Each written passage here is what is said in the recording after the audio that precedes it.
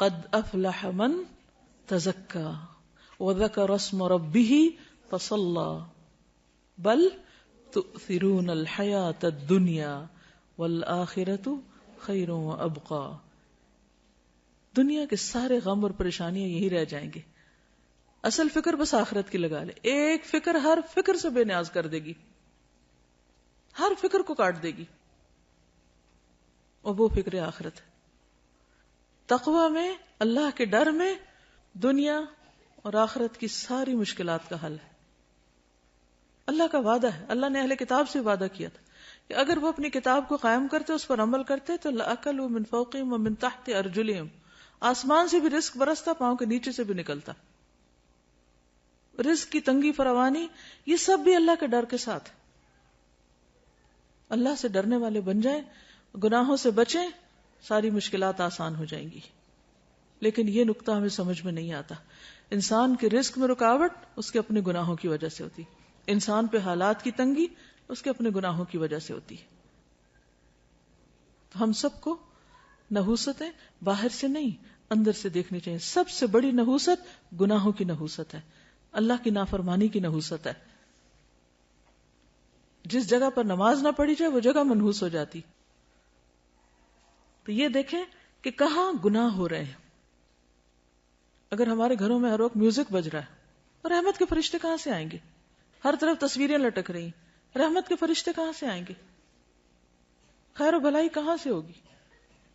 اگر رشوت کا مال آ رہا ہے، سود کا مال آ رہا ہے، حرام مال آ رہا ہے، کسی یتیم کی غصب کی زمین پہ گھر بنا کے رہ رہے ہیں، رحمتیں کہاں سے برسیں گی؟ نحوست تو یہ ہے، ان خرابیوں کی نحوست ہے، ان حرام کاریوں کی نحوست ہے جس کو ہم نہیں سمجھ پاتے.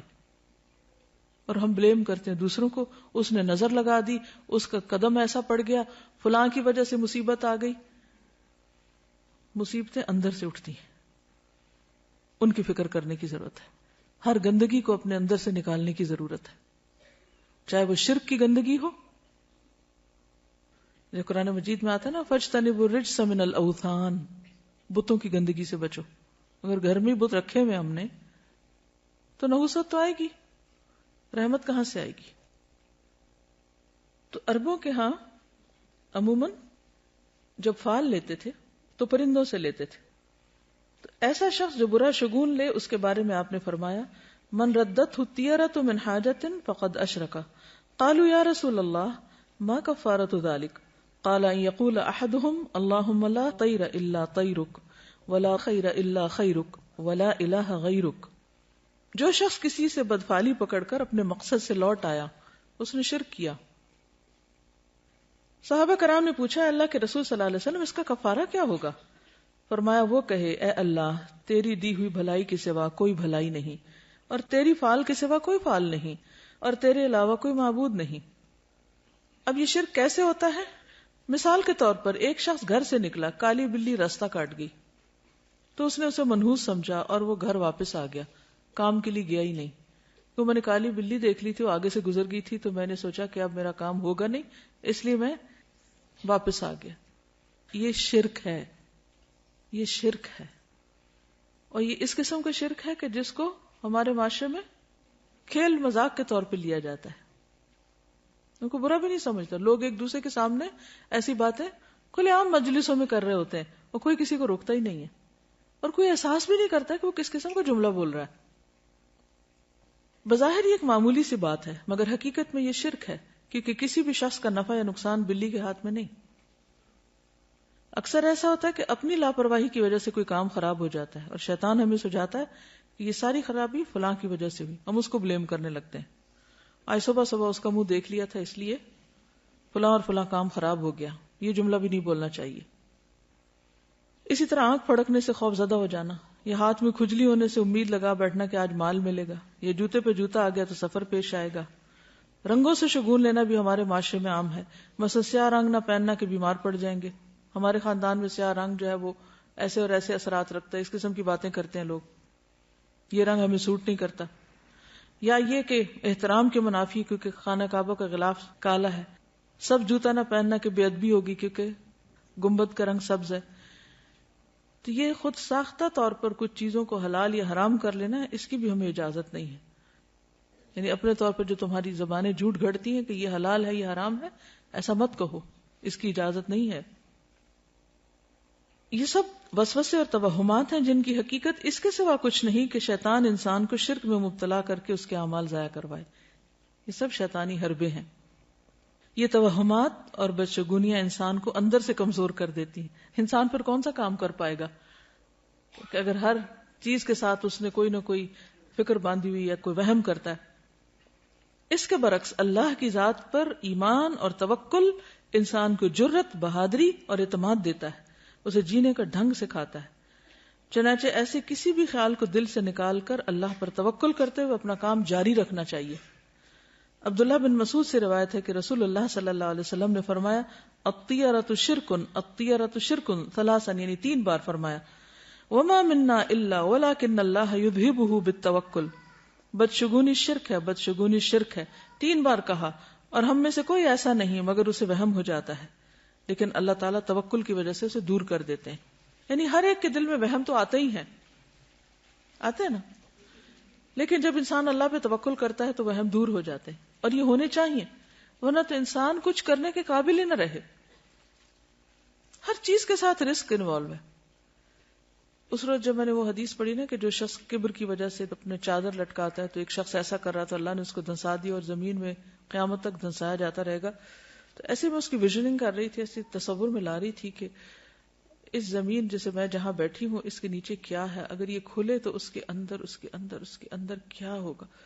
تو ایک دم میں کانپ اٹھی، تو میں نے سوچا کہ ہم کتنی خطرناک جگہ پہ بیٹھے ہوئے ہیں۔ یعنی زمین جو ہے اللہ نے اس کو ٹکایا ہوا کہ ہم ٹکے ہوئے اس پر، الم نجعل الارض مہادا، تو مہاد بنایا ہوا تو ہم آرام کر رہے ہیں، ورنہ اگر یہ پھٹنے لگ جائے اور انسان اندر اترنے لگ جائے تو سوچے کہاں جا کے پہنچے، کہاں پہنچے۔ تو اللہ تھامتا ہے۔ آسمان کی طرف دیکھو کیسے اللہ نے پرندوں کو وہاں تھاما ہوا ہے، ہمیں زمین پہ تھاما ہوا ہے، اگر اس کا اذن نہ ہو تو کہیں کہ کہیں پہنچ جائے، ہم تو کہیں بھی نہیں بچ سکتے۔ اس لیے ہمیشہ اللہ پر توکل کرنا چاہیے اور ان چیزوں سے باہر آ جانا چاہیے۔ اہل کتاب بھی جب دین کی اصل تعلیمات سے دور ہو گئے تو اسی طرح کے شگون لینے لگے جن کا ذکر قرآن مجید میں کیا گیا ہے۔ الم تر الی الذین اوتوا نصیبا من الکتاب یؤمنون بالجبت والطاغوت، کیا تم نے دیکھا نہیں ان لوگوں کو جنہیں کتاب کا ایک حصہ دیا گیا کہ وہ جبت اور طاغوت پر ایمان لاتے ہیں۔ تو جبت بے حقیقت، بے اصل، بے فائدہ چیز کو کہتے ہیں۔ اسی طرح شگون کی بھی کوئی اصل بنیاد اور حقیقت نہیں ہے۔ اسلام میں ایسی تمام چیزیں جو جبت کے تحت آتی ہیں، جیسے کہانت، فالگیری، شگون اور توہمات، ان سے منع کیا گیا۔ کسی چھوٹی سی تکلیف یا طبیعت کی خرابی پر دوسروں کو مورد الزام ٹھہرانا اور لوگوں کے ساتھ باہمی تعلقات خراب ہونے پر اپنی غلطی اور کوتاہی کا جائزہ لینے کی بجائے یہ خیال کرنا کہ ضرور کسی نے جادو کر دیا ہے، یا اس قسم کے توہمات رکھنا جو پیار محبت کے رشتوں کو ختم کر دیں، جس کی وجہ سے انسان کی توجہ اپنے عمل کی درستی اور اصلاح سے ہٹ جاتی ہے، یعنی اپنی غلطی اس کو یاد نہیں رہتی جب وہ دوسروں کو بلیم کر دیتا ہے۔ نتیجتاً انسان تنہا رہ جاتا ہے اور نفسیاتی مریض بن جاتا ہے، یعنی سب سے کاٹ کے بیٹھ جاتا ہے۔ کسی بھی غیر معمولی صورتحال میں ہر قسم کے شر سے بچاؤ کے لیے بطور علاج مسنون اذکار اور دعائیں پڑھنی چاہیے، صبح شام کی دعائیں وغیرہ اور جو دیگر اذکار ہیں ان سے کام لینا چاہیے۔ پھر اسی طرح حضرت ابو ہریرہ سے روایت ہے، صحیح بخاری کی روایت ہے کہ آپ صلی اللہ علیہ وسلم نے فرمایا لا عدوى ولا طیر ولا ہام ولا صفر وفر من المجذوم کما تفر من الاسد، مرض کا لگ جانا، نحوست، الو اور سفر کچھ نہیں، اور جزامی سے اس طرح بچو جس طرح شیر سے بچتے ہو۔ تو اصل بات یہ ہے کہ عربوں کے ہاں کچھ ایسی چیزیں رائج تھیں کہ جن کی وجہ سے وہ بہت زیادہ پریشانیوں کا شکار رہتے تھے، تو نبی صلی اللہ علیہ وسلم نے ان چیزوں کو بے حقیقت بتائی، جو ہم نے پڑھا نا جبت، بے حقیقت، بے فائدہ چیزیں، تو ان میں ان چیزوں کا کچھ ذکر ہے۔ اب آپ دیکھیے کہ نبی صلی اللہ علیہ وسلم کا یہ جو قول ہے ہامہ، کیا مطلب ہے اس کا؟ ہامہ کوئی چیز نہیں۔ جب نظر کا وہ دم پڑھتے ہیں نا، جو دعا پڑھتے ہیں اعوذ بکلمات اللہ التامات من کل شر و شیطان و ہامۃ، وہ وہامہ نہیں ہے، وہ ہامہ، الگ الگ ہے وا اور ہامہ۔ تو یہ ہامہ کیا ہے؟ تو بقیہ کہتے ہیں کہ میں نے محمد بن راشد سے یہ بات پوچھی کہ یہ کیا چیز ہے، تو انہوں نے کہا کہ جاہلیت میں لوگ کہا کرتے تھے کہ جب بھی کوئی شخص مر جاتا ہے اور اسے دفن کیا جاتا ہے تو اس کی قبر سے ایک الو نکلتا ہے. یہ دور جاہلیت کی ایک سوچ ہے. بقیہ کہتے ہیں میں نے سفر کے متعلق پوچھا تو انہوں نے کہا جاہلیت کے لوگ سفر کے مہینے کو منحوس خیال کرتے تھے. وجہ تو پیچھے آپ پڑھ ہی چکے ہیں. اس میں جنگ و جدل بہت ہوتی, قتل و غارت ہوتی, گھر خالی ہو جاتے, تو ان سب چیزوں کو منحوس قرار دیتے. تو نبی صلی اللہ علیہ وسلم نے فرمایا سفر کچھ نہیں, یعنی اس کی نحوست نہیں ہے. محمد بن راشد کہتے ہیں کہ میں نے ان لوگوں کو بھی سنا جو کہتے ہیں کہ سفر ایک پیٹ کے درد کا نام ہے, یعنی ایک بیماری ہے, اور وہ لوگ کہا کرتے تھے کہ یہ متعدی ہوتا ہے, یعنی دوسروں کو لگ جاتا ہے. تو آپ نے فرمایا کہ سفر کی کوئی حقیقت نہیں. ٹھیک ہے, تو یہ جو حدیث ہے نا لا عدوى ولا طیر ولا حام ولا سفر, یہ سب بے حقیقت چیزیں ہیں, جبت ہے. ٹھیک ہے. اشہب کہتے ہیں کہ امام مالک سے رسول اللہ صلی اللہ علیہ وسلم کی قول لا سفر, سفر کچھ نہیں ہے کے بارے میں سوال کیا گیا تو انہوں نے کہا کہ اہل جاہلیت سفر کے مہینے کو ایک سال حلال کر لیتے اور ایک سال حرام کر دیتے. تو نبی صلی اللہ علیہ وسلم نے فرمایا سفر کچھ نہیں ہے. ابن عباس کہتے ہیں, یہ صحیح بخاری کی روایت ہے, کہ عرب سمجھتے تھے کہ حج کے دنوں میں عمرہ کرنا روئے زمین پر سب سے بڑا گناہ ہے. کیا سمجھتے تھے عرب دور جاہلیت میں؟ کہ حج کے مہینوں میں عمرہ نہیں کیا جا سکتا, بہت بڑا گناہ سمجھتے تھے اس کو. یہ لوگ محرم کو سفر بنا لیتے اور کہتے کہ جب اونٹ کی پیٹھ سستا لے اور اس پر خوب بال اگ جائیں اور سفر کا مہینہ ختم ہو جائے, یعنی حج کے ایام گزر جائیں, تو عمرہ حلال ہوتا ہے. پھر جب نبی صلی اللہ علیہ وسلم اپنے صحابہ کے ساتھ چوتھی کی صبح کو, یعنی ذوالحج کی چوتھی تاریخ کو حج کا احرام باندھے ہوئے آئے تو آپ نے انہیں حکم دیا کہ اپنے حج کو عمرہ بنا لیں, پہلے عمرہ بھی کریں. یہ حکم عرب کے پرانے رواج کی بنا پر صحابہ پر بھاری گزرا کہ اچھا, کیونکہ دور جاہلیت میں وہ اس مہینے میں عمرہ نہیں کرتے تھے, حج کے مہینے میں.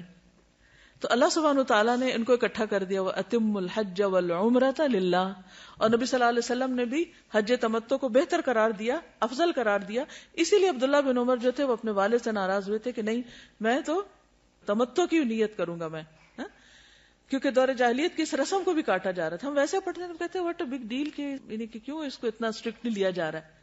اور آپ نے یہ بھی فرمایا کہ قیامت تک کے لیے حج اور عمرہ اکٹھے ہو گئے ہیں. تو یہ عربوں کی دور جاہلیت کی رسم کے خلاف تھا. تو اس پر صحابہ پر یہ بات بھاری گزری. تو انہوں نے پوچھا یا رسول اللہ, عمرہ کر کے ہمارے لیے کیا چیز حلال ہو گئی؟ فرمایا تمام چیزیں حلال ہو جائیں گی, پھر حج کے لیے احرام دوبارہ باندھنا ہوگا, کیونکہ وہ تو ایک ہی احرام پہن کے آتے اور اسی میں حج کرتے تھے. تو یہ جو اونٹ کی پیٹھ کے بال اگنا دوبارہ کا مطلب کیا ہے کہ جب حج کا سفر ایک دفعہ آ گئے تو پتہ نہیں کہاں کہاں سے لوگ آئیں گے. الا کل دامر یاتین من کل فج عمیق. تو اتنا سفر کرتے تھے کہ اونٹوں کی پیٹوں کے بال جو تھے وہ بےچارے گھس گھس کے بالکل ننگی ہو جاتی تھی. پھر وہ لا کے چھوڑ دیتے, وہ مہینہ حج کے مناسک وغیرہ ادا ہو رہے ہیں, لیکن عمرہ نہیں کرتے تھے. اتنے میں دوبارہ بال آ جاتے تھے, یعنی کہ واپسی کی تیاری شروع ہو گئی. تو کبھی وہ محرم کو سفر بنا لیتے کہ یہ تو حج کا مہینہ نہیں ہے اس لیے اس میں ہم عمرہ کر لیتے ہیں, اور پھر جو اصل سفر ہوتا اس کو محرم قرار دے دیتے. اس کو قرآن مجید میں کیا کہا گیا؟ سورۃ التوبہ آیت 37, انما النسیء زیادۃ فی الکفر. نسی کیا ہوتا تھا؟ مہینوں کا عدل بدل. یضل بہ الذین کفروا, اہل کفر اس سے گمراہ کیے جاتے, یعنی کرنے والے تو چند ایک ہوتے, باقی سب کو بھی مس لیڈ کرتے. یحلونہ عاما ویحرمونہ عاما, کسی مہینے کو ایک سال حلال کر لیتے اور اگلے سال اسی کو حرام قرار دے دیتے. تو عموماً حرام مہینے کو اپنی مرضی کرنے کے لیے حلال کر لیا کرتے تھے. اور اس کی ضرورت کیوں پیش آتی؟ تاکہ وہ جو دور جاہلیت کے توہمات اور غلط رسمیں تھیں ان کو پورا کر سکیں. لیواطئوا عدۃ ما حرم اللہ, تاکہ گنتی پوری کریں جو اللہ نے حرام قرار دیا. فیحلوا ما حرم اللہ, تو صرف اس گنتی پوری کرنے کے لیے اللہ کی حرام کردہ چیز کو اپنے ہاتھ میں لے کر اس کو حلال کر دیتے. زین لہم سوء اعمالہم, ان کے اعمال ان کے لیے خوبصورت بنا دیے گئے. واللہ لا یہدی القوم الکافرین, اللہ کافر قوم کو ہدایت نہیں دیتا. تو سفر جو ہے اس کی کوئی حقیقت نہیں. اور کس چیز کی حقیقت نہیں؟ حامہ کی نہیں. ٹھیک ہے، حامہ کیا ہے؟ الو. ٹھیک، جو قبر سے نکلتا ہے. اچھا، یہ جو تصور تھا نا کہ مردہ جو ہے اس کے اندر سے الو نکلتا ہے، تو پھر وہ کہتے ہیں کہ وہ الو گھر میں آتا ہے اور آ کے مردے کی باتیں بتاتا ہے کہ اس کے ساتھ کیا ہوا ہے. اس قسم کی خرافات بھی ہیں. اور پھر یہ بھی کہا جاتا ہے کہ مقتول کی کھوپڑی سے پرندے کا نکلنا اس وجہ سے ہے کہ وہ پھر پیاسا بھٹکتا رہتا پرندہ جب تک کہ انتقام نہ لے لیا جائے، یعنی مقتول کا انتقام نہ لے لیا جائے. تو وہ آوازیں نکالتا ہے اور لوگوں کو کہتا ہے. وہ ایک خاص پرندہ تھا کروان، جس کی طرف یہ بات منسوب کی جاتی ہے، کیونکہ وہ بولتا ہے پرندہ، تو پھر اس کا بولنا جو ہے وہ اس کو منحوس سمجھا جاتا ہے. اور الو کے بولنے کو بھی کہ جہاں جس گھر میں الو بولے گا وہاں سے کوئی بندہ مر جائے گا یا کوئی جانور مر جائے گا، یہ بھی ان کا خیال تھا. جس طرح ہمارے ہاں بلیوں سے شگون لیتے ہیں جب وہ روتی ہیں. کبھی روتی بلی کو سنا؟ اس وقت کیا خیال آتا ہے؟ خوف آتا ہے نا. اچھا، کیا خوف آتا ہے؟ کہ کوئی مصیبت آنے لگی ہے. نہیں، کوئی مصیبت نہیں آتی اس سے. ٹھیک ہے، اس وقت اپنے دل کو مضبوط کیا کرے. اب یقین کیجئے کہ اگر صحیح دین پر آپ عمل کریں گے نا تو آپ کے اندر سے خوف نکل جائے گا. آپ اس وقت یہ سوچا کریں کہ اللہ کے اذن کے بغیر کوئی نقصان ہو ہی نہیں سکتا. بلی بیچاری کو کیا خبر کہ اس نے کس چیز پہ رونا ہے؟ اس کو کہاں سے خبر ہوگی کہ آنے والی کوئی مصیبت؟ وہ بیچاری اپنی تکلیف سے روتی ہے اور ہم اس سے اپنی تکلیف کی طرف لے جاتے ہیں، کیونکہ ہم ہر چیز کو پرسنل لے لیتے ہیں نا. کوئی کسی کی بات کرو تو ہم اس کو اپنے اوپر لے جاتے ہیں. اس کی تکلیف دور کرو، وہ بیچاری اپنے رونے میں رو رہی ہے اور ہمیں اپنا رونا پڑ گیا. اس کے علاوہ اور کس چیز کی حقیقت نہیں؟ یہ جو پرندوں وغیرہ سے بھی بدشگونی لیتے ہیں، ہاروسکوپ سے لیتے ہیں.